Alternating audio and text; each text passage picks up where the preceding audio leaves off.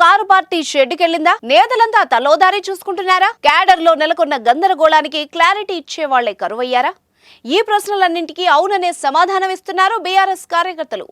వచ్చే పార్లమెంట్ ఎన్నికల్లో పార్టీ అభ్యర్థిని వెతుక్కునే పరిస్థితిలో ఉన్న ఖమ్మం జిల్లా బీఆర్ఎస్ పార్టీలో నెలకొన్న తాజా పరిస్థితులపై Suman TV regional coordinator Nagender ground report. Avira Women's Day special offer 50% off on IUI IVF valid till 8th March. నిన్నటి వరకు హంగు ఆర్పాటాలు, అడుగడుగున కార్యకర్తల కోలాహలంతో సందడిగా ఉన్న ఖమ్మం జిల్లా బీఆర్ఎస్ పార్టీ కార్యాలయం ఇప్పుడు బోసిపోతా ఉంది. అధికార పార్టీ ప్రతిపక్షంగా మారినప్పుడు ఇది సహజమైనప్పటికీ ఖమ్మం జిల్లాలో కారు పార్టీ పరిస్థితి రోజు రోజుకి దిగజారిపోతుందని విమర్శలు వెల్లువెత్తుతున్నాయి. గత అసెంబ్లీ ఎన్నికల వరకు ఖమ్మం జిల్లా బీఆర్ఎస్ పార్టీకి ఒక మంత్రి, దాదాపు 6 ఎమ్మెల్యేలు, మరొకవైపు ఒక ప్రభుత్వ విప్, మరొకవైపు ఒక ఎమ్మెల్సీ, ఇంకోవైపు రాజ్యసభ సభ్యుడు, ఇంత హంగు ఆర్భాటం, మంది మార్బలం, బలం బలగా ఉన్న పరిస్థితి ఉంది. అయితే గత అసెంబ్లీ ఎన్నికల తర్వాత ఒక్కసారిగా బీఆర్ఎస్ పార్టీ పూర్తిగా దివాలా తీసిన పరిస్థితి ప్రస్తుతం కనిపిస్తా ఉంది. పరిస్థితి ఎక్కడి దాకా వచ్చిందంటే వచ్చే పార్లమెంట్ ఎన్నికల్లో ఖమ్మం జిల్లా బీఆర్ఎస్ పార్టీకి అభ్యర్థి ఎవరంటే ఎవరు చెప్పలేని దుస్థితి నెలకొంది. ఖమ్మం జిల్లా బీఆర్ఎస్ పార్టీకి ఇప్పుడు పార్లమెంట్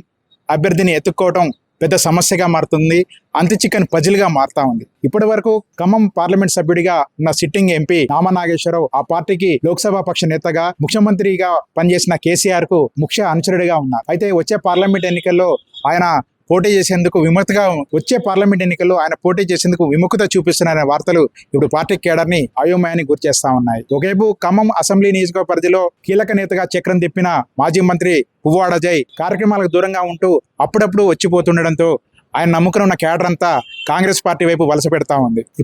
ఇప్పటికే అనేక మంది పార్టీ కౌన్సిలర్లు, కార్పొరేటర్లు, ముఖ్య అనుచరులు కాంగ్రెస్ పార్టీ తీర్థం పుచ్చుకోగా మరికొంతమంది నేతలు కూడా అధికార పార్టీలో జంపు జిల్లాలుగా మారేందుకు తహతలాడుతున్నారు. ఇటువంటి పరిస్థితుల్లో ఖమ్మం జిల్లా రాజకీయాలను ఒంటి చేత్తో శాసించిన మాజీ మంత్రి పువ్వాడ అజయ్ భవిష్యత్తు ప్రశ్నార్థకంగా మారుతా ఉంది. ఒక దశలో ఖమ్మం పార్లమెంటు సభ్యుడిగా బీఆర్ఎస్ పార్టీ నుంచి పువ్వాడ అజయ్ పోటీ చేస్తారనే వార్తలు వచ్చినా కానీ ఆయన అందుకు విముఖత చూపడంతో ఇప్పుడు పార్టీ అభ్యర్థి ఎవరనే అంశం సర్వత్రా చర్చనీయాంశంగా మారుతా ఉంది. ప్రస్తుతం సిట్టింగ్ ఎంపీగా ఉన్న నామా నాగేశ్వరరావు పోటీ చేయడానికి అంత సానుకూలంగా లేకపోవడం, మాజీ మంత్రిగా ఉన్న పువ్వాడ అజయ్ అసలు పార్టీ కార్యక్రమాలకే దూరంగా ఉండటం, మరొకవైపు ఈ భారం అంతా ప్రస్తుతం మరొకసారి రాజ్యసభ సభ్యుడిగా ఎన్నికైన జిల్లాకు చెందిన వద్దిరాజు రవిచంద్రపైనే పడుతున్నట్టుగా పార్టీ కార్యకర్తలు చర్చించుకుంటున్నారు. వాస్తవానికి ఖమ్మం పార్లమెంట్ పరిధిలో ఉన్న 7 అసెంబ్లీ సెగ్మెంట్లోనూ బీఆర్ఎస్ పార్టీ చిత్తుచిత్తుగా ఓడిపోయింది. 7 అసెంబ్లీ సెగ్మెంట్లోనూ కాంగ్రెస్ పార్టీ, దాని అనుబంధంగా ఉన్న సిపిఐ పార్టీకి చెందిన అభ్యర్థులే ఈ ప్రస్తుతం ఎమ్మెల్యేగా ఉండడంతో ఇక్కడ కాంగ్రెస్ పార్టీ టికెట్ దక్కితే చాలు గెలుపు నల్లేరుపై నడకన్నగా వ్యవహారంగా ఉంది. ఇటువంటి పరిస్థితుల్లో బీఆర్ఎస్ పార్టీ చుక్కాని లేని నావగా మారుతూ ఉంది. ఇప్పటికే పార్టీ కార్యక్రమాలు ఏమైనా ఉంటే పార్టీ జిల్లా అధ్యక్షుడున్న తాతా మధు అప్పుడప్పుడు వచ్చిపోవడం తప్ప ఇక్కడ పార్టీ క్యాడర్లో పెద్దగా కదలికలు వచ్చే పరిస్థితి కనిపించడం లేదు.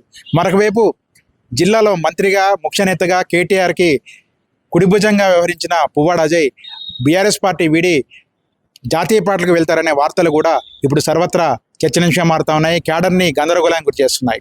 ఇటువంటి పరిస్థితుల్లో వచ్చే పార్లమెంటు ఎన్నికల్లో బీఆర్ఎస్ పార్టీ అభ్యర్థి ఎవరనే అంశం మాత్రం ఇప్పుడు $1 మిలియన్ ప్రశ్నగా మారుతా ఉంది. జిల్లాకు చెందిన నేతనే మళ్ళీ ఎంపిక చేస్తారా, లేదా కొత్త వ్యక్తిని దిగుమతి చేసుకొని ఎంపీగా పోటీ చేస్తారనే అంశం మాత్రం ఇప్పుడు ఎటు పాలుపోని ప్రశ్నగా మారుతా ఉంది. మార్చి 2వ తేదీ నుంచి బీఆర్ఎస్ అధినేత పార్లమెంటు నియోజకవర్గాల వారీగా సమీక్ష నిర్వహించి అభ్యర్థులు ప్రకటిస్తారనే నేపథ్యంలో మరి ఖమ్మం పార్లమెంట్ నుంచి బీఆర్ఎస్ అభ్యర్థిగా ఎవరు పోటీ చేస్తారు, ఎవరిలో బరిలో ఉంటారనే అంశం మాత్రం సర్వత్రా చర్చకు దారితీస్తూ ఉంది.